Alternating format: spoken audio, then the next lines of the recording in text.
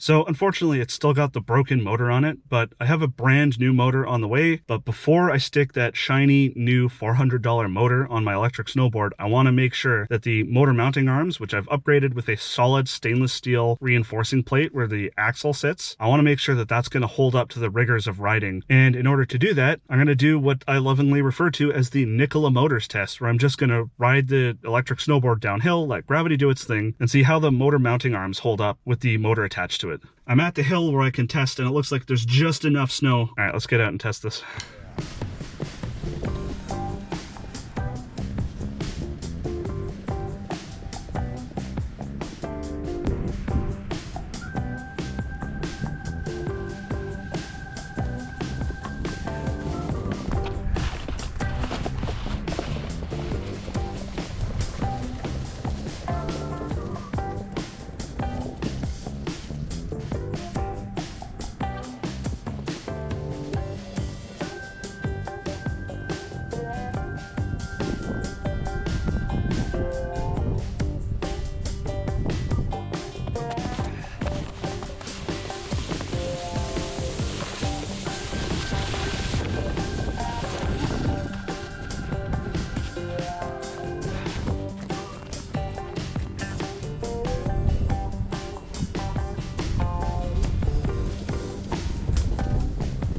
Seems to be holding up pretty well.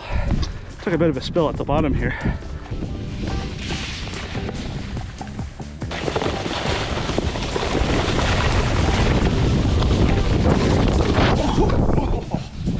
Oh, that was a bit of a tumble. Oh, that's why I'm wearing this.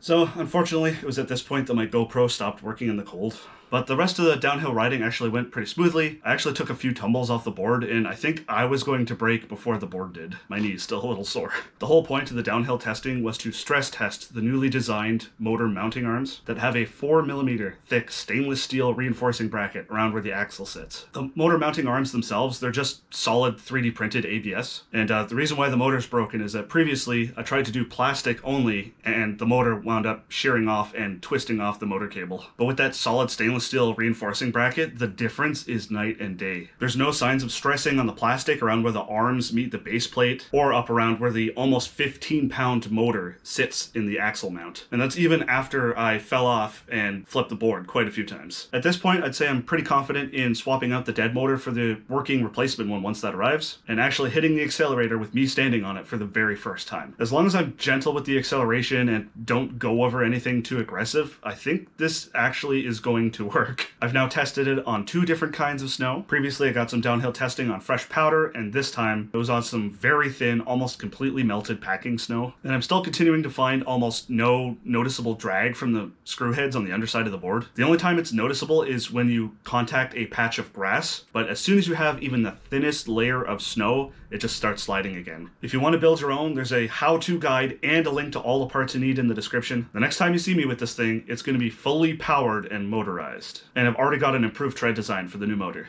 I am one step closer to being the first person in the world to do a backpacking trip on an electric snowboard.